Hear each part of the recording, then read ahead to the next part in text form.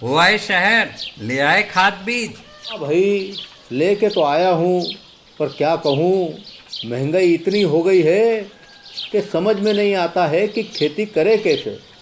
फसल भी अच्छी नहीं होती है, ये दवाइयाँ नहीं डालूँ तो। कर्जा करके लाओ, कैसे भी लाओ, लाना तो पड़ेगा ही। और ये दवाई की दुकान का कर्जा तो ख़त्म होने का नाम नहीं लेता। लाना तो मुझे भी है, पर सब कुछ इतना महंगा है। कहाँ से लाऊं, किससे खरीदूं, किसके पास सही दामों में मिलेगा और क्वालिटी उत्पाद भी मिलेगा या नहीं। अपनी फसलों की सही दवाओं के लिए दूर दूर तक शहरों में जाना और दवाओं को लाना पड़ता है। फसलों के लिए दवाएं सही है या नहीं, ये जानकारी भी नहीं होती। फसलों की कटाई पर सही दाम मिलेंगे या नहीं, इन तमाम मुश्किलों से दूर होने के लिए आइए खेती बाड़ी केंद्र। खेती बाड़ी केंद्र एक ऑनलाइन सेवा केंद्र है जिससे आप अपने मोबाइल के द्वारा जुड़ सकते हैं, जहां आपको अपनी खेती के लिए सही प्रकार की दवाएं मिलेंगी, वो भी होलसेल मूल्य पर। वो सभी दवाएं सीधा निर्माता से लेकर आप तक पहुंचाते हैं, यानी कि बीच में होने वाले सारे खर्च की बचत आपकी जेब में। साथ ही साथ दवाओं को लाने और ले जाने की झंझट से भी छुटकारा। अपनी मुश्किलों को दूर करने के लिए आप खेती बाड़ी केंद्र पर एक मिस कॉल करें। खेती बाड़ी केंद्र का किसान मित्र आपसे तुरंत संपर्क करेगा और आपको सभी जरूरी जानकारी देगा। खेती बाड़ी केंद्र की फ्रेंचाइजी लेकर खेती बाड़ी मित्र बनिए और किसानों की सेवा कर देश की तरक्की में भागीदार बने। आज ही संपर्क करें नीचे दिए गए नंबर पर और खेती बाड़ी केंद्र से जुड़े। ये है खेती बाड़ी केंद्र ऐप। अच्छा, किसानों की सरदारी, उन्नत खेती बाड़ी। खेती बाड़ी केंद्र, देश के अन्नदाता की दुकान।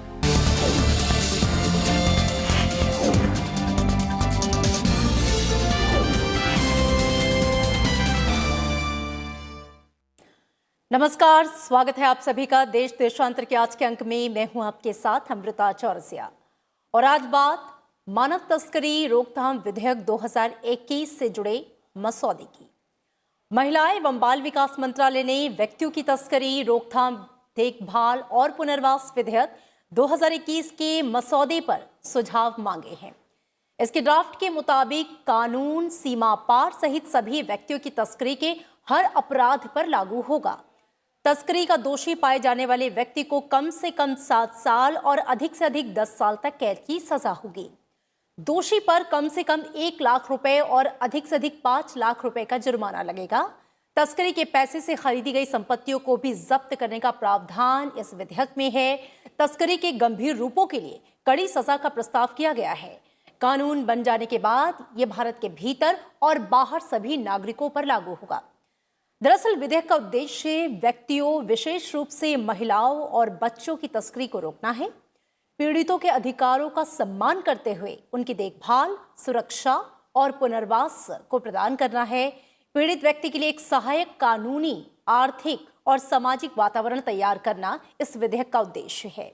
मंत्रालय की ओर से 14 जुलाई तक सुझाव मांगे गए हैं। अंतिम रूप देने के बाद इस विधेयक को मंजूरी के लिए केंद्रीय मंत्रिमंडल के पास भेजा जाएगा।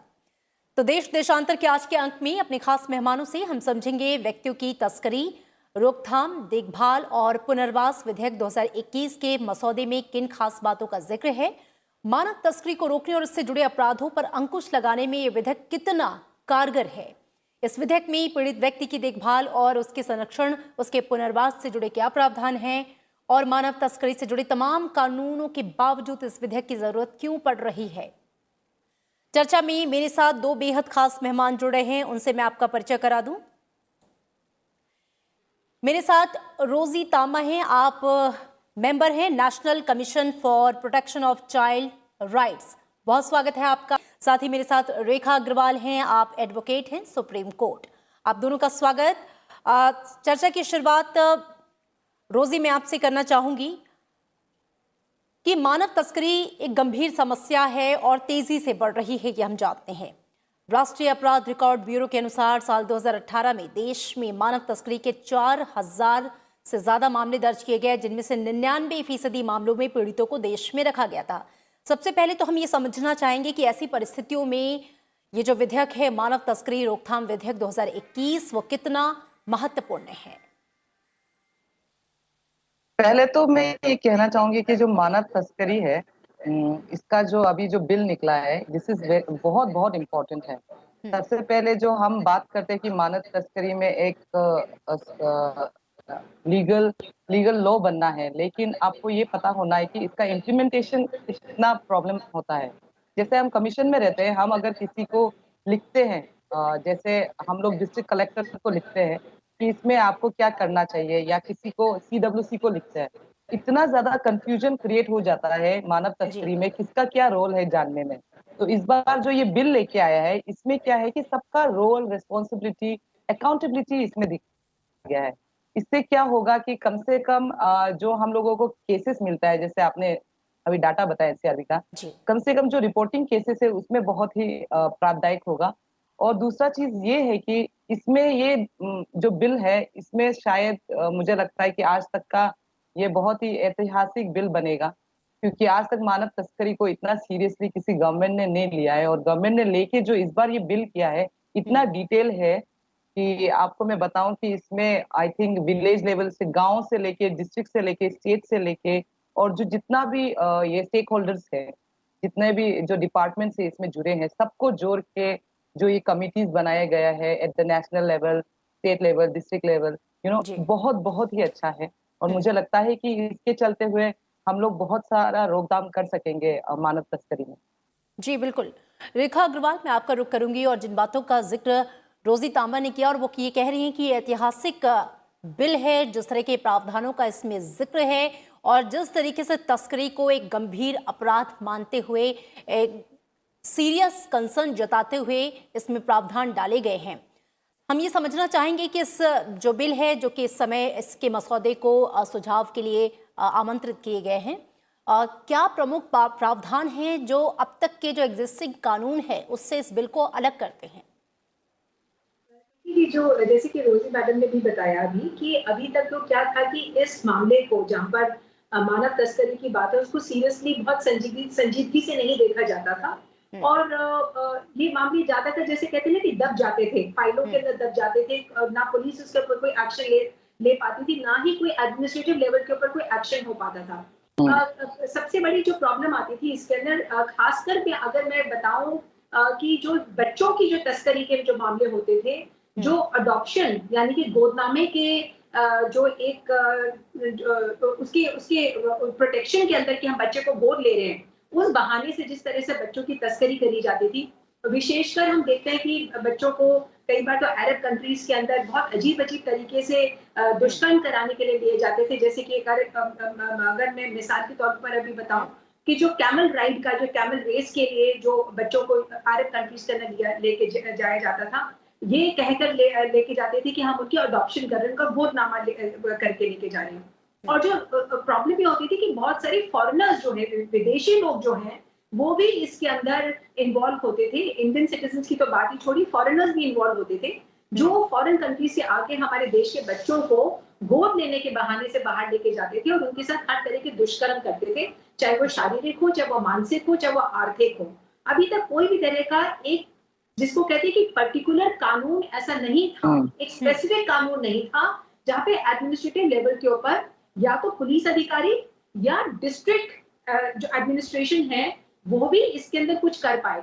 और वो जो रेड टेपिज्म जो होती है और जो कानूनी बातें जो होती हैं, रूल्स एंड रेगुलेशंस के अंदर ही जो ये मसले जो है दब जाते थे, क्योंकि बच्चा या कोई महिला, उसकी तस्करी हुई है या नहीं हुई है, वो उसको साबित करना बहुत बड़ा एक प्रॉब्लम होती थी। उसके लिए एफआईआर भी नहीं दर्ज हो पाती थी, क्योंकि बच्चा जो है वो किडनैप हुआ है, यानी कि उसको कोई फिरौती के लिए ले गया है, या उसको वो ये व्यापार के उद्देश्य से ले गया, ट्रैफिकिंग के उद्देश्य से ले गया, इसको साबित करना बहुत मुश्किल होता था।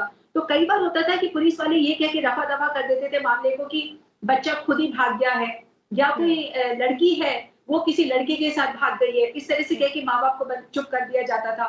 जहां पर ये जो शेल्टर होम्स हैं या अनाथालय हैं, वहां से भी जो बच्चे हैं बहुत गायब हो जाते थे और उनकी यही कह के बंद कर दिया जाता मामला कि बच्चे खुद ही भाग गए हैं, या जो महिला है वो खुद ही अपनी इच्छा से चले गई है। क्योंकि अगर महिला 18 साल के ऊपर है तो उसके अंदर वो एक वयस्क होगी, एडल्ट हो गई, तो उसके लिए जो कानून है बिल्कुल अलग लगेंगे, जो जुवेनाइल है उनके लिए कानून अलग लगेंगे।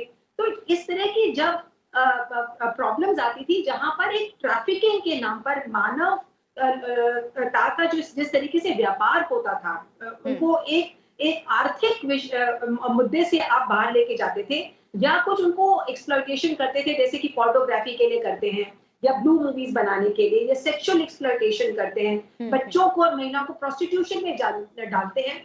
उनके लिए बाकी तो कानून पहले से ही है, जैसे इंडियन पीनल कोड है, उसके अंदर सारे के सारे जो ऑफेंसेस हैं, जितने भी देश के अंदर क्राइम्स हैं, वो सारे कवर हो जाते हैं। एक अलग कानून की जरूरत नहीं थी, परंतु क्योंकि जब अड़चने आई, जहां पर जो जिला अधिकारी जो है वो कुछ भी नहीं कर पाते थे, उनके हाथ बंधे रह जाते थे, और पुलिस भी जो है अपना पल्ला झाड़ देते थे, कहते कि भाई हमारे पास ट्रैफिकिंग का कोई सबूत नहीं आया है, ये सिर्फ एक किडनैपिंग का मामला हो सकता है कि भाई कोई फिरौती के लिए बच्चे को उठा के ले गया, या महिला को उठा के ले गया, या वो बच्चा या वो महिला अपनी इच्छा से कहीं पर चली गई।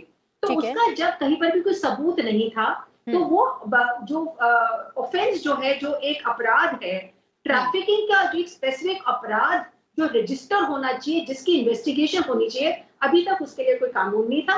और अब पहली बार 2021 के अंदर जब ये मसौदा तैयार करा है मंत्रालय ने विमेन एंड चाइल्ड डेवलपमेंट के अंदर, मैं उम्मीद करती हूँ कि इसको बहुत सीरियसली लिया जाएगा। और इसकी जो सीरियसनेस है वो यहीं पर दिख जाती है कि इसके अंदर जो इन्वेस्टिगेशन है वो नेशनल इन्वेस्टिगेटिंग एजेंसी को, NIA को दी जाएगी।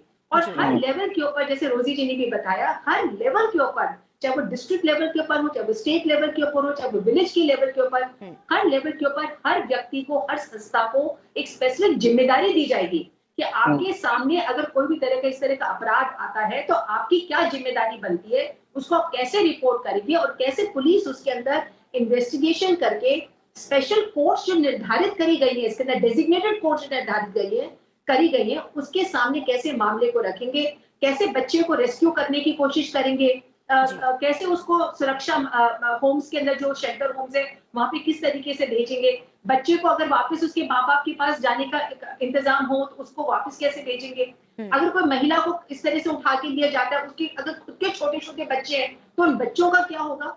तो इस तरह से वगैरह वगैरह बहुत सारी बातें हैं जिनके बारे में पहली बार इस मसौदे के अंदर ध्यान दिया गया है, और सब लोगों से, जितने भी स्टेक होल्डर्स हैं, उनकी जो सजेशंस है उनको इनवाइट किया गया है। बिल्कुल, ऐसे में इसकी जो गंभीरता है वो खुद ही साफ दिखाई देती है। रोजी तांबा, आपसे हम ये समझना चाहेंगे कि तमाम जो कानूनी प्रावधान या कानून है इस समय एग्जिस्टिंग, अनैतिक व्यापार निवारण अधिनियम 1956 है, आपराधिक कानून संशोधन अधिनियम 2013 की धारा 370, 370A, या इसके अलावा भी यौन शोषण, दास्ता अंगों के व्यापार के लिए भी तमाम कानून है, पॉस्को अधिनियम है, और बंधुआ मजदूरी से जुड़े हुए तमाम कानून हैं। इसके बावजूद एक ऐसे कानून की जो तस्करी के सभी रूपों पर रोक लगाता हो, जिसकी हम बात कर रहे हैं 2021 मानव तस्करी रोकथाम विधेयक ही, इसकी जरूरत क्यों पड़ी? पहले जैसे रेखा जी ने बोला, मैं भी वही बोलती हूँ कि हम मानने को तैयार ही नहीं होते, कोई भी केस आता है हम मानने को तैयार ही नहीं होते कि उसमें मानव तस्करी है, जबकि जो डेफिनेशन है, और जिसका डेफिनेशन है सेक्शन 370 IPC में, इंडियन पिनल कोड में, वो बोलता है कि there should be an exchange of, जो बोलते हैं पैसे लेके मानव को देते हैं। मानव, जब हम बात करते हैं मानव, उसमें बच्चा आता है, उसमें आदमी आता है, ऑल द ह्यूमन बीइंग्स, सब इंसान आता है। बट जब ये एक लेवल पे आ जाता है, जैसे हम बोले कि डिस्ट्रिक्ट लेवल पे या गांव में या कहीं, ऐसे लोग होते हैं जिनमें ये बहुत कॉमन होता है, जिनको लगता है हाँ ऐसे ही चलता है। जैसे कि हम एग्जांपल दे, अभी अरुणाचल का देते हैं आपको सबसे बड़ा एग्जांपल, अभी रोइंग में हुआ मानव तस्करी था। ये बच्ची लाई गई थी नेपाल से, आ गई रोइंग, एक लोअर दिबांग वैली डिस्ट्रिक्ट का हेडक्वार्टर है। ये नेपाल की बच्ची रोइंग में आया, उसका यौन शोषण हुआ, लेकिन पुलिस ने उसको ट्रैफिकिंग में बुक नहीं किया है। जब हमने बोला कि ट्रैफिकिंग है, उनको बोला कि खुद आया है, डेफिनेशन कभी क्लियर नहीं हुआ ट्रैफिकिंग का कि कौन क्या है, या पुलिस को इसमें क्या करना चाहिए। और आपको मैं बताती हूँ, रिपार्टिएशन बोलते हैं जिसको, कि बच्चा अगर वापस दिया जाएगा, इसमें भी बहुत ही प्रॉब्लम होता है। जैसे हम नेशनल कमीशन में हो या state commission, we have to go through the embassies, जैसे अभी हम नेपाल एम्बेसी की बात करें या बांग्लादेश एम्बेसी की बात करें, तो इसमें क्या होगा, अगर एक जो अभी जो कमिटीज बने हैं, जैसे कि DC के अंदर है, डिस्ट्रिक्ट कलेक्टर के अंदर है, उसमें CHWC क्या करेगा, और एनआईए, जैसे मैम ने कहा एनआईए है, और जो नेशनल लेवल पे होगा, ये सब मिलके शायद ये रिपार्टिशन करना भी बहुत इजी हो जाएगा। और उसके साथ बोलना चाहूंगी मैं ये कि सबको अपना, जो मैंने पहले बोला, अकाउंटेबिलिटी होगा। और उसके बाद आपको मैं बताती हूँ कि जो मानव तस्करी की बात हम यहाँ बैठ के ये आज राज्यसभा टीवी में कर रहे हैं, वैसा एक माहौल नहीं होता है ग्रास रूट लेवल में। ग्रास रूट लेवल में इसका पिक्चर ही अलग होता है कि कोई मानने को तैयार नहीं होता है कि कितने गंभीर है ये। अब इसकी गंभीरता इससे मालूम चलती है कि जबकि इतने सारे इसमें लीगल एक्ट्स बने हुए थे, फिर भी इसको इम्प्लीमेंट करना इतना हमारे लिए एज एन कमीशन बहुत तकलीफ होता था, एज एन पुलिस को इन्वेस्टिगेट करने में बहुत तकलीफ होती थी कि क्या करना है उसमें। अगर हमको कोई मिलता है मानव तस्करी, तो you know when we talk in trafficking in person, क्या करना है वो इंडिया में क्लियर ही नहीं था अभी तक। और ये जो अभी जो एक्ट लेके आए, ये सब चीजों को बहुत क्लियर कर रहा है। और सबसे बड़ी बात इस एक्ट की ये है कि जो साथ में जो लोग होते हैं, हम लोग बोलते हैं उसको, जो साथ में जो हेल्प करता है, जैसे किसी ने रेंट हाउस दे दिया उसको जिसमें ट्रैफिकिंग बचा रहा, या ट्रांसिट होता है जो बीच में होता है, from the source to destination जो ट्रांसिट होता है, उसको भी अकाउंटेबल किया। सारे सेक्शन इसमें डिटेल में लगाए हैं। पहले सिर्फ 370 आईपीसी में बोल के उसमें कंफ्यूजन बहुत क्रिएट होता था, अब उसको अलग अलग करके स्पेसिफिक डिटेल में करा गया है। आप देखोगे कि इसमें आई थिंक पब्लिक ऑफिसर जो ये नियम नहीं मानेगा उसके लिए भी ऑफेंस करा गया है। और most of the offences are cognizable होगा, नॉन बेलेबल होगा, तभी ये स्ट्रिक्ट होगा। मानव तस्करी भारत का ही नहीं पूरे दुनिया का सच है। और ये जो एक्ट आया है, जो अभी रेखा जी ने भी बोला, मुझे लगता है अगर अच्छे से इम्प्लीमेंट होता है और सारे स्टेक होल्डर मिलते हैं और विलेज लेवल इंटरवेंशन होता है, जो गांव में इंटरवेंशन होगा, गांव में अगर आप एक्ट को देखोगे उसमें ये भी लिखा गया है कि जितने भी स्कीम्स है वो अगर वो जनजाति के हैं, जैसे हम लोग हैं, हिल स्टेट्स के हैं, या कहीं वो आदिवासी है, वो सारे स्कीम्स को भी उस जो ट्रैफिकिंग इन पर्सन है, जो आदमी तस्करी होके आई है, उसको देगा। वो सब लिखा गया है इतनी डिटेल में कि मुझे लगता है कि अगर अच्छे से इम्प्लीमेंट होगा तो आई थिंक कहीं ना कहीं इसको रोकथाम कर ही सकेंगे हम लोग। बिल्कुल बिल्कुल। और जैसा कि आपने कहा कि भारत ही नहीं पूरी दुनिया में एक बड़ी समस्या, गंभीर समस्या बनकर उभरी है मानव तस्करी। एक रिपोर्ट भी यहाँ पे मैं उसका जिक्र करना चाहूँगी, उसके बाद मैं रेखा अग्रवाल आपका रुख करूँगी। इंटरनेशनल लेबर ऑर्गेनाइजेशन के अनुसार साल 2019 में लगभग 2 करोड़ से अधिक लोग किसी न किसी रूप में आधुनिक गुलामी या मॉडर्न स्लेवरी का शिकार हुए हैं। करीब 68% लोग जो है वो बधुआ मजदूरी का शिकार हुए। करीब 22% लोग जो हैं वो देह व्यापार और मानव अंगों की तस्करी में से जुड़े अपराधों का शिकार उन्हें होना पड़ा। और करीब 10% ऐसे लोग हैं जो कि राज्य प्रायोजित जबरन मजदूरी का शिकार हुए। और मानव तस्करी के मामले में खास बात ये देखी गई है कि 92% मामलों में पीड़ित महिलाएं या बच्चे होते हैं। अंतर्राष्ट्रीय स्तर पर मानव तस्करी के अवैध बाजार का जो वार्षिक मुनाफा है वो लगभग 150 बिलियन डॉलर का है। रेखा जी, ये तस्वीर खुद ब खुद बयां करती है कि न सिर्फ देश में बल्कि पूरे अंतर्राष्ट्रीय स्तर पर, और जैसे मानव जो तस्करी है उसके तार एक देश से दूसरे देश में जुड़े हैं, तस्करी का ये अवैध कारोबार कितना बड़ा और भयावह नजर आता है। आपने बिल्कुल सही इस रिपोर्ट का जो आपने भी बताया, ये बिल्कुल जैसे कहते हैं ना, खौफनाक रिपोर्ट है। और जो आंकड़े आपने बताए, बिल्कुल जिसको सुन के आज मेरे तो रोंगटे खड़े हो रहे हैं। कभी मैंने भी अनुमान नहीं लगाया था कि इसके जो लेवल्स हैं, इसके अंदर जो स्टेक्स जो हाई, वो कितने हाई हैं। तो ये रिपोर्ट बिल्कुल और भी ज्यादा इस बात को साबित करती है कि ये जो नया आज जो मसौदा तैयार हुआ है, मंत्रालय ने, महिला और बाल विकास मंत्रालय ने जो मसौदा तैयार करा है, इसकी कितनी ज्यादा जरूरत थी कि जहां पर विशेषकर जो आपकी इस रिपोर्ट से समझ आता है कि इसके ना आर्थिक मामला जो है वो बहुत ज्यादा, पैसे का इन्वॉल्वमेंट बहुत ज्यादा है। जहाँ पे चाइल्ड लेबर की अगर हम बात करें तो चाइल्ड लेबर हमारे देश के अंदर ही भी एक बहुत बड़ा अपराध है, एक बहुत बड़ा एक प्रॉब्लम जो है हम लोग फेस कर रहे हैं और जिसको कंट्रोल करना बहुत मुश्किल है। तो जब हम एक अपने डोमेस्टिक लेवल के ऊपर ही एक बच्चों का इतना एक्सप्लॉयटेशन देखते हैं, महिलाओं का एक्सप्लॉयटेशन देखते हैं, बच्चों की एक्सप्लॉयटेशन देखते हैं, चाइल्ड लेबर के अंदर देखते हैं, इस तरह के अपराधों के अंदर देखते हैं, जहां पर सिर्फ जो अपराधी है उसको अपना सिर्फ एक धंधा, अपना व्यापार दिखता है, उसको सिर्फ मुनाफा दिखता है कि मेरे को कितना पैसा बनाना है। चाहे मेरे को बच्चों को चाइल्ड लेबर के अंदर इन्वॉल्व करना है, इस तरह के कामों के करने को पढ़ाई से, जो आज तो हमारे संवैधानिक अधिकार है, राइट टू एजुकेशन जो है, शिक्षा का अधिकार एक फंडामेंटल राइट है। आज कितने बच्चों को हमारे देश के अंदर बेसिक एजुकेशन भी मिलती है। कई बार खुद के परिवार की आर्थिक स्थितियां इतनी कमजोर होती हैं और कई बार उनको विवश कर दिया जाता है, उनकी गरीबी का फायदा उठा के, उनको बेवकूफ बना के, उनको बुद्धू बना के आप उनको गलत काम के अंदर झोंक देते हो।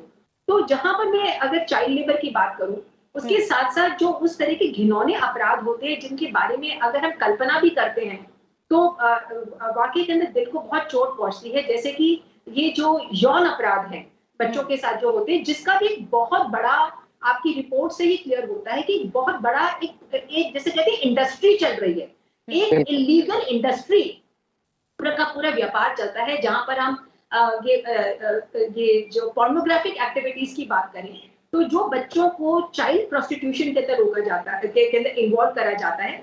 और इसीलिए आपको कुछ साल पहले अगर आपको याद होगा कि इस पैनल के अंदर रोजी जी भी इस बात को इसको सेकंड करेंगी कि जहां पर ये हमारे देश के अंदर इंटरनेट को भी जब रिस्ट्रिक्ट करने की बात आई थी तो इसके अंदर एक बहुत बड़ा हंगामा हुआ था कि नहीं ये तो फ्रीडम ऑफ स्पीच है, आप फ्रीडम ऑफ एक्सप्रेशन है, आप किसी को भी रोक नहीं सकते कि इंटरनेट के ऊपर आप क्या देख रहे हो क्या नहीं देख रहे हो, या आप उनके फंडामेंटल राइट्स का उल्लंघन कर रहे हो। तो वो ये सब उन्हीं लोगों का शोर मचाना था जिन लोगों का एक इंडस्ट्री के अंदर उनको चोट पहुंच रही थी, उनको आर्थिक चोट पहुंच रही थी। तो जब बच्चों को आप चाइल्ड लेबर के अंदर इन्वॉल्व करते हो, जब आप उनको इस तरह की एक्टिविटीज में इन्वॉल्व करते हो जहां पर उनका शारीरिक मानसिक हर तरीके का आप उनको हमेशा के लिए उनको डैमेज कर देते हो, आप उनको कभी भी उस लेवल के ऊपर एक नॉर्मल इंसान नहीं बना सकोगे जिस बच्चे का अपने चाइल्ड के अंदर अपने जो डेवलपिंग ईयर्स हैं उसके अंदर अगर उसका कोई भी तरह का मेंटल या फिजिकल एक्सप्लॉयटेशन हुआ और वो भी आखिर में किस लिए, सिर्फ एक ब्लू फिल्म बनाने के लिए, उनकी एक पोर्नोग्राफिक एक्टिविटीज में बनाने के लिए, आपकी विकृत जो सेंसिबिलिटीज है उनको सेटिस्फाई करने के लिए और एक पर्टिकुलर उस ऑडियंस को केटर करने के लिए जिनको इन चीजों को देखकर ही कोई तरह का आनंद आता है। तो इन सब चीजों को ध्यान में रखते हुए जहां पर, और अगर हम कुछ बैकवर्ड स्टेट्स की बात करें, अगर झारखंड की बात करते हैं जैसे, जहां पर एक बहुत बिग अमाउंट ऑफ बच्चे जो हैं और लड़कियां जो हैं उनको ये जो सर्विस सेंटर्स हैं लेके आते हैं कि हम इनको यहाँ पर डोमेस्टिक लेबर की तरह इनको एम्प्लॉयमेंट देंगे, पर कितनी लड़कियां जो झारखंड से लाई जाती हैं वो या उनको वाकई के अंदर एक अच्छे घर के अंदर कोई डोमेस्टिक लेबर की तरह, कोई मेड सर्वेंट की तरह नौकरी मिलती है, या उनके साथ बुरा व्यवहार किया जाता है, या उनको किसी प्रोस्टिट्यूशन के अड्डे के ऊपर उनको धकेल दिया जाता है। तो अपने देश के अंदर ही अगर इंटर स्टेट भी देखें तो इतनी ज्यादा जब इनके साथ में एक्सप्लॉयटेशन होती है तो क्रॉस बॉर्डर अगर हम बात करें तो उसका तो कोई अनुमान लगाना भी, जैसे कहते हैं ना कि बहुत ओपन एक चैनल है जहां पर बच्चों को बाहर लेके जाया जाता है, महिलाओं को लेके जाता है, लिया जाता है, और उसके लिए कोई स्पेसिफिक कानून नहीं था जो ये कह सके कि इस बच्चे को अगर बाहर लेके गया कि तो उसको मानव तस्करी की उद्देश्य से लेके गए हैं। वो हमेशा कोई ना कोई बात के अंदर छिप जाया करता था कि बच्चे को आप अडॉप्ट करके लेके गए हैं, गोद लेके गए। इसीलिए हमारे देश के अंदर अब जो ये सरोगेसी की भी जो लॉ है इसको बहुत स्ट्रॉन्ग कर दिया गया है। जो बच्चों की अडॉप्शन के जो कानून है, स्पेशली जो फॉरेनर्स जब विदेशी आते हैं वो बच्चों को किस कंडीशंस के अंदर आप गोद ले सकते हैं। तो इस तरह के जो मामले थे, आज वो सारे मामले जो थे, जितने भी कानून अब तक बने हुए थे वो विफल पाए गए। अगर मैं सच में ये कहूँ कि रियलिटी ये है कि इतने कानूनों के बाद में भी आज हम ट्रैफिकिंग को, मानव तस्करी को कहीं पर भी रोक नहीं सके। तो इसके अंदर सब लोगों को इन्वॉल्व होना है, क्योंकि जो हमारे जो बच्चे हैं वो हम सबके, हमारे देश के बच्चे, हमारे देश की बिल्कुल रेखा जी, और जैसा कि आपने कहा कि सबसे बड़ी बात कि तस्करी को डिफाइन किया जा सकेगा, जो कि अब तक अलग अलग रूपों में छिप जाया करती थी, और तस्करी जो है वो सामने ही नहीं आ पाता था कि इस व्यक्ति या अमुक बच्चे का तस्करी हुई है या नहीं। वो अब डिफाइन कम से कम इस विधेयक में जो प्रावधान है उनके माध्यम से हो पाएगी। रोजी, आपका रुख मैं करूंगी, और सवाल मेरा आपसे ये है कि देश में होने वाली जो मानव तस्करी की घटनाएं हैं उसके अलावा भारत दूसरे देशों, नेपाल, म्यांमार, बांग्लादेश से होने वाली मानव तस्करी के लिए भी एक रास्ता, रूट सा बना हुआ है। तस्करी का ये विदेशी कनेक्शन मैं समझना चाहूंगी कैसे काम कर रहा है, और ये राष्ट्रीय सुरक्षा के लिए भी कितना बड़ा खतरा है। पहले तो मैं ये कहना चाहूंगी, जैसे रेखा जी ने भी कहा है, तस्करी यूनिवर्सल है। मैं शायद हिंदी इसका आप कर देंगे, उसका मीनिंग बता देंगे। यूनिवर्सल हो गया है, तस्करी ज्यादातर जुड़ा हुआ है, जो अभी रेखा जी ने कहा, इकोनॉमिकल बैकग्राउंड से।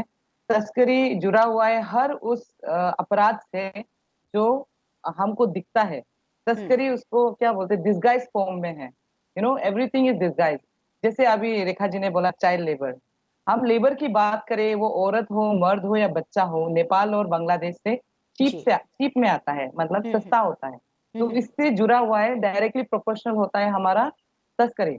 मानव तस्करी नेपाल से बांग्लादेश से, उसका जो बॉर्डर है इतना पोरस है, मतलब इतना क्या बोलते हैं उसको, हिंदी में मेरा वर्ड नहीं है, जो बहुत ही इजी है, बहुत ही आसान होता है उसका रुख। कि इतना वो नहीं है कि कोई भी आ जाता है, क्योंकि एज यू नो, आप लोग सब जानते हैं कि द बॉर्डर्स, अभी जो बॉर्डर है वो जस्ट क्या बोलते हैं, पहले लोग आना जाना करते थे, तो अभी भी वैसा ही है। तो अभी नेपाल से तो इतना ज्यादा तस्करी होता है। और आई have to say, Rekha ji is very brave, बहुत अच्छा से बोला है। Prostitution is also very is somewhere related to trafficking. अब बिल्कुल। दिल्ली में अगर हम बात करेंगे, बहुत सारे जगहें हैं, अ, जो बात करें जीबी रोड या जहाँ के भी, आपको देखा गया होगा, there is a demand for Nepalese girls because of their skin and the way they look. तो इसके लिए होता है। बांग्लादेश से तो हमने कितने रेस्क्यू कराए, और हमको रिपार्टीशन में इतना तकलीफ हुआ। जो अभी रेखा जी ने बोला, लव अफेयर होके वो लोग आ जाते हैं बॉर्डर क्रॉस करके, उनको ट्रैफिक करके किसी में डोमेस्टिक हेल्थ में रखेगा बोल के लेके आते हैं, बाद में उसके साथ सेक्सुअली उसको एक्सप्लॉइट करके फिर छोड़ देते हैं। जी। जी। बहुत बहुत लोग, आपको मालूम होना चाहिए, देयर इज ए ट्रूथ, ये सच्चाई है कि जो ट्रैफिक होके आते हैं वो लोग, बहुत लोगों को शायद पता ही नहीं होता है वो ट्रैफिक है। उनको लगता है कि वो यहाँ काम काज के लिए, जॉब के लिए आए हैं, या किसी के शादी करके आया है, या रेखा जी ने बोला एडॉप्टेशन करके आए। बहुत लोग हैं ऐसा, specially for Nepal and Bangladesh, क्योंकि उनका चीप लेबर है। अब क्या होता है, उनके गवर्नमेंट से जब हम बात करते हैं, एम्बेसी के थ्रू या कुछ के थ्रू, बहुत बहुत डिफिकल्ट होता है। मेरा पर्सनल एक्सपीरियंस, मैंने एक बांग्लादेशी लड़की को रिपार्टिएट किया है, अब एक नेपाली लड़की को करना चाह रही हूँ, मैंने ऑन द प्रोसेस हूँ। बहुत बहुत तकलीफ होता है, बिकॉज ये इंटरनेशनल रिपार्टिशन, कि बच्चे को वापस कैसा भेजा जाए वो नहीं लिखा हुआ था कहीं। इसका बिल्कुल। प्रोसेस क्या है वो नहीं लिखा हुआ था, कि डिस्ट्रिक्ट लेवल पे करेगा, स्टेट पे करेगा या नेशनल पे करेगा। अब इस नियम, जो भी मसौदा, जो भी बिल आया है, जो मैम बोल रही, इसमें सारा क्लियर किया गया है कि कौन कैसे बात करेगा। इसके लिए अलग से कमेटी बनी है, जो इस पे बात करेंगे, एक स्टेट लेवल पे, एक नेशनल लेवल पे। और इसमें जो है बहुत सारी चीजें हैं कि आप स्टेट को रिकमेंड कर सकते हैं कि जी। आप कहीं ना कहीं, मुझे लगता है स्टेट और जो सोर्स, डेस्टिनेशन और ट्रांसिट एरिया जो हम बोलते हैं, और जो ट्रैफिकिंग में होता है, वो भी बहुत क्लियर हो जाएगा। और इसमें इंटरनेशनल बात, डायलॉग होना भी बहुत इजी होगा, बिकॉज हमारे पास फैक्ट्स एंड फिगर्स होंगे। It will be very clear, क्योंकि एक डेजिग्नेटेड एक कमिटी बनेगी ट्रैफिकिंग पे। दूसरी बात मैं आपको ये कहना चाहूंगी कि जो आपने कहा कि बॉर्डर इशू होगा, कि कंट्रीज पे कितना इफेक्ट करेगा।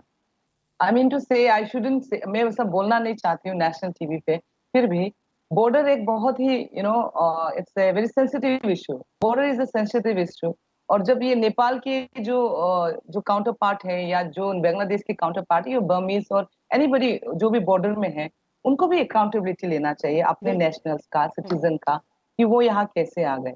ये सब चीजें I think in if I have to say in a simple way, अगर मुझे इसको सिंपली बोलना है, तो मैं कहूंगी कि कहीं ना कहीं ये सब चीजें भी ये ह्यूमन ट्रैफिकिंग या मानव तस्करी से जुड़ा हुआ है।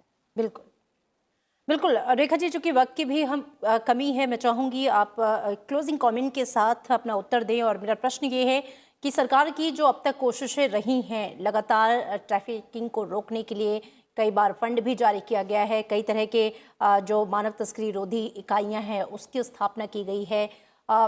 इसके अलावा ये जो नया विधेयक लाया गया है, जो मसौदा लाया गया है, सुझाव आमंत्रित किए गए हैं जिसके लिए, इसमें मैं चाहूंगी कि वो मुख्य खासकर प्रावधान उसके बताएं आप, जो कि इसे बाकी चीज़ों से अलग करते हैं और बहुत ही महत्वपूर्ण बनाते हैं जब हम तस्करी को रोकने की बात करते हैं। सबसे ज्यादा जो महत्वपूर्ण मेरे को इसके अंदर बात लगी कि एक तो इसके अंदर फॉरेन नेशनल्स जो हैं, विदेशी लोग भी अगर कोई इस तरह का अपराध करते हैं तो उनकी भी पूरी की पूरी जिम्मेदारी, अकाउंटेबिलिटी होगी। और उसके अंदर जो बैरियर जो है ना, जो एक बॉर्डर का जो बैरियर आता है कि हम जो बच्चे को बाहर ले गए तो वहां पर हमारे इंडियन जो कानून है वो लागू होंगे कि नहीं होंगे, हम उस बच्चे को वापस कैसे लेके आएंगे, उस अपराधी को वापस कैसे लेके आएंगे अपने देश के अंदर, उसको रिपैट्रिएट कैसे करेंगे। सबसे इंपॉर्टेंट बात तो ये मुझे इसके अंदर लगी है। दूसरी, इसके अंदर जो डेजिग्नेटेड कोर्ट्स बनाई गई हैं वो बहुत एक स्पेशल, ऐसा नहीं है कि जो आम कोर्ट्स है जहां पर जो भी इंडियन पीनल कोड के तहत जो अपराध है उनकी सुनवाई होती है, वैसा नहीं है। स्पेशल डेजिग्नेटेड कोर्ट जहां पे जो जज होगा वो सिर्फ उसकी जिम्मेदारी होगी कि इन्हीं केसेस को सुने मानव तस्करी के। बिल्कुल बिल्कुल, तो ये महत्वपूर्ण जो बात है इसके अंदर प्रावधान है, क्योंकि वक्त की कमी है। रेखा जी, कार्यक्रम को यहाँ समाप्त करना होगा, लेकिन बेहद अहम जानकारियां दी आप दोनों खास मेहमानों ने। कितनी बड़ी समस्या है न सिर्फ राष्ट्रीय बल्कि अंतर्राष्ट्रीय स्तर पर, लेकिन मानव तस्करी रोकथाम विधेयक 2021 और उसमें किए गए प्रावधान ये सुनिश्चित करेंगे कि किस तरीके से इस पर पूरी तरह से लगाम लगाई जा सके। आप दोनों खास मेहमानों का शुक्रिया। फिलहाल चर्चा में आज के लिए इतना ही। नमस्कार।